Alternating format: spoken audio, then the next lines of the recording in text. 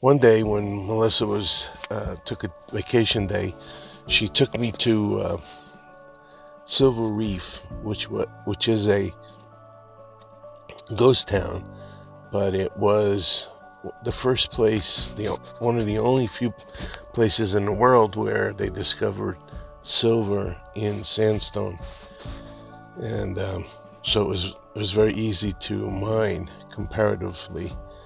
So they have a museum there, and they had two volunteers. They also, one of the buildings that's still standing, the original Wells Fargo office. It was really neat. They had a beautiful stagecoach sculpture and pictures from what the town looked like. This is a battery for a telegraph. Usually you don't see this. And this is an Elkhorn. There's the Elkhorn Saloon, which you can see a picture of, and there's the Elkhorn on it. And it was a very popular saloon at the time. The main street was over a mile, and Wells Fargo office had this safe, and there on top of it you can see that's what the box that the stagecoach would carry money or valuables in. And there's a kind of a picture at the time. This lady, she ran a restaurant, and she was very strict, and she called everybody to dinner with a bell, which I think you'll see later on. And then this is the stagecoach etiquette.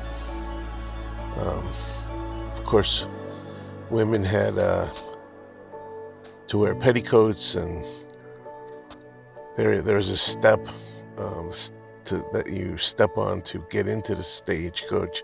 That's still there. Again, here's the saloon.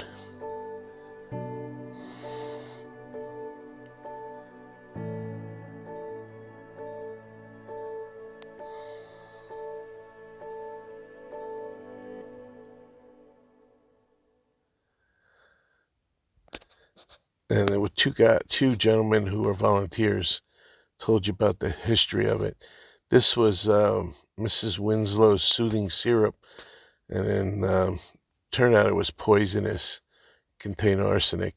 There's Melissa getting out of jail. That's the restaurant.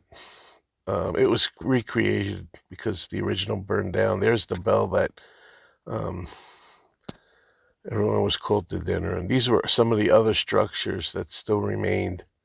There was a big fire at one point, but the Wells Fargo building is a historical site. And it was far away from the railroads, so they had to do, and there you can see it's a mile-long main street. And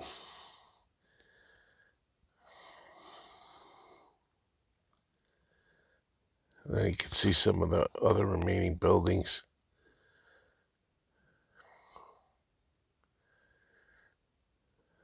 Yeah, that's where Oh my Lord! that's where I grew up, Sheriff. Of Jersey Marshall, City. Jersey City, Ah, right across in the shadow of the Statue of Liberty. yeah. Well, my son and daughter-in-law lived in Jersey City Really? until they decided they were going to go live in New York. Ah, And they ended up living in the business district. And then when they sold their apartment, and they said they could buy it for $700,000, they said, we're going to Mamaroneck. So they went over there. so yeah, everything's very expensive. Tell me, what do you know about Silver Reef? Just what you told me and what Melissa's told me. Silver Reef is extremely unique. It's one of the only two places in the entire world where silver ore was found in sandstone. The other is Siberia. You want to go there like you want a bayonet wound. It seems a gentleman by the name of John Kemper come over from the goldfields of California in the 1860s.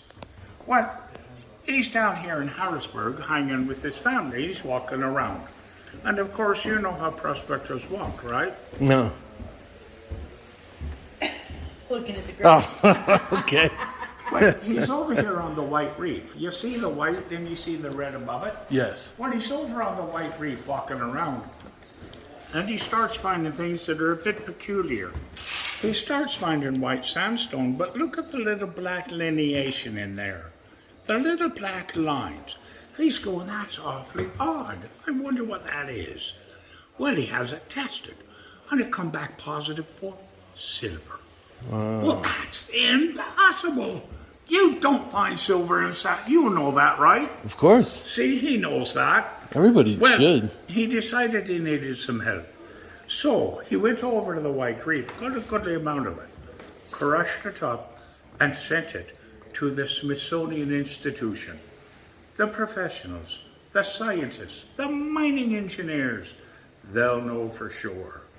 Well, they sent it back to him 3 months later, and they said it's the best fake we have ever seen. But They didn't believe him. other people have found it the same as now. Being as you're from New Jersey, I know you're not from New York. That's right. It's Yeah. a big difference. Being you're from New Jersey, you're omnipotent and all-knowing of the history of the territory of Utah, aren't you?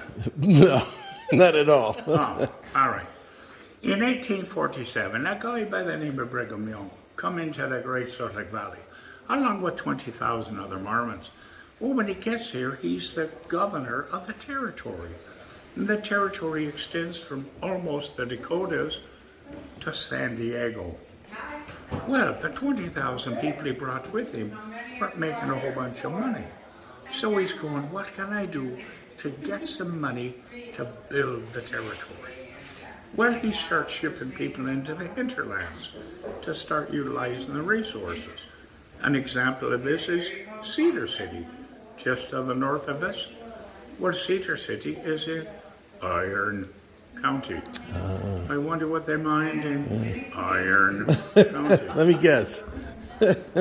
And then just south of Provo, there's a little town by the name of Spanish Fork. Well, if you go east out to Spanish Fork, you go up over the top of the mountain, you drop down the other side, you go around the corner, you end up in the little town of Price. You're in Carbon County. I wonder what they mined in Carbon County. And of course, you know the nickname of Washington County where you're standing right now, do you not? Silver County? No. The Cotton Mission of Utah's Dixie. Oh, yes. I wonder what they grew in the Cotton Mission. Well, with all of those resources being used, the money's collected being shipped back up north, the people down here weren't real well-to-do. So a couple of entrepreneurs here on the other side of the leaves were debating, what can we do to make a couple of quid? Well, they decided on this. They would make heavenly white grindstones. Not those red ones like you find everywhere else, but heavenly white ones. Problem is, where can you sell them? You can't sell them in St. Joe's because everybody was Mormon and poor. You can't sell them in Cedar City because everybody was Mormon and poor. You can't sell them over here in Tokerville because everybody was Mormon and poor. Where can you sell heavenly white grindstones? I got it. Let's sell it to those rich miners over in Pioche, Nevada. It's only a 2-day wagon ride. So they contracted with the Teamsters to bring the horses and wagons over, and every week they sent loads of heavenly white grindstones over to sell. And they were selling like biscuits and gravy until one day one of the wagons had a problem. He broke a wheel, he dumped the load and crushed it. Well, the Teamsters were upset. Number one, they're not going to get paid because their heavenly white grindstones are now gravel on the ground. Of course, being from Pioche, the Teamsters were not really impressed with the assay office over there. It was run by a gentleman by the name of Metalfarius Murphy. Well, rumor had it that Metalfarius had been able to find gold in dandelions. So they decided to do a trick. They took that crushed up load of heavenly white grindstone. They sent it over to Metal Farias. Well, 2 days later, he comes back and he says, "You're only looking at $1,000 worth of silver per ton of ore." Well, that's impossible. You don't find silver in sandstone. Everyone knows that. Well, they decided they would pay him a social visit and run him out of town. Fortunately, they went to the saloon first. 3 days later, they sobered up, walked into his office to kick him out. It was empty, and he was gone. Well, where had he gone? Right here. And within 2 months, 2/3 of the entire city of Pioche, the miners, the dry goods stores, the boarding houses, the saloons, the blacksmith shops, took their buildings down and moved them here. Population went from 50 to 2,000 in 2 months. Now, with all of those people here, mining, processing, building buildings, bringing supplies, you still can't walk into a dry goods store and go, "Can I get candy for that?" That doesn't work, does it? It won't take your rocks. So, they had 5 stamp mills here in town. These stamp mills ran 24 hours a day, 365 weeks a year. Here's a model of a stamp mill. Imagine 5 of those running 24 hours a day in town. What? What? Now, you remember I told you that was a model, right? Okay, you see those hammers that are the size of your finger going up and down? In the picture right there of the Buckeye Mill, each one of those hammers is the size of this chair. What they were doing was crushing that ore up to a fine powder. Wow. That fine powder, then what they do is put it in water. Why? Because silver is heavier than dirt. Then you take that bottom part, put it in a retort, cook it with mercury, and you get Cement? silver. You're close. Good guess, though. That was a good It guess. started with an S. Now, on the outside of the building, there are 2 ore cars. Those 2 ore cars contain approximately 1 ton. That 1 ton of ore is going to yield a block of silver that size. Wow. Now, to put that into perspective, do you know Salt Lake very well? All right. To the east of Salt Lake, there is a little mining district called Park City. Well, Park City has the Silver King mine. The Silver King mine is a hard rock mine. You're mining silver out of granite. Well, you're going to go through 18 to 20 of those ore cars for that. Wow. So which is your better deal? 18 to 20 ore cars or 1? One? Bingo! Now, everybody invariably has the question right about now, what did they mine all the silver out? The answer is no. Well, why aren't they still mining? Think of the money they could make. All right. In the late 1880s, early 1890s, the United States went from a silver standard to a gold standard. When that happened, the requirements of silver by the government dropped 75%. And the miners that were making $4 a day were told they weren't going to make that anymore. So they said, ta-ta, and everything shut down. Now, another interesting fact about Silver Reef is we did not have the ubiquitous crime that was manifest in other mining districts. An example of this is Pioche.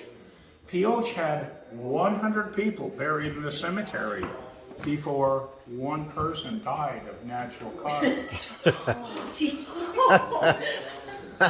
Now, we had issues here.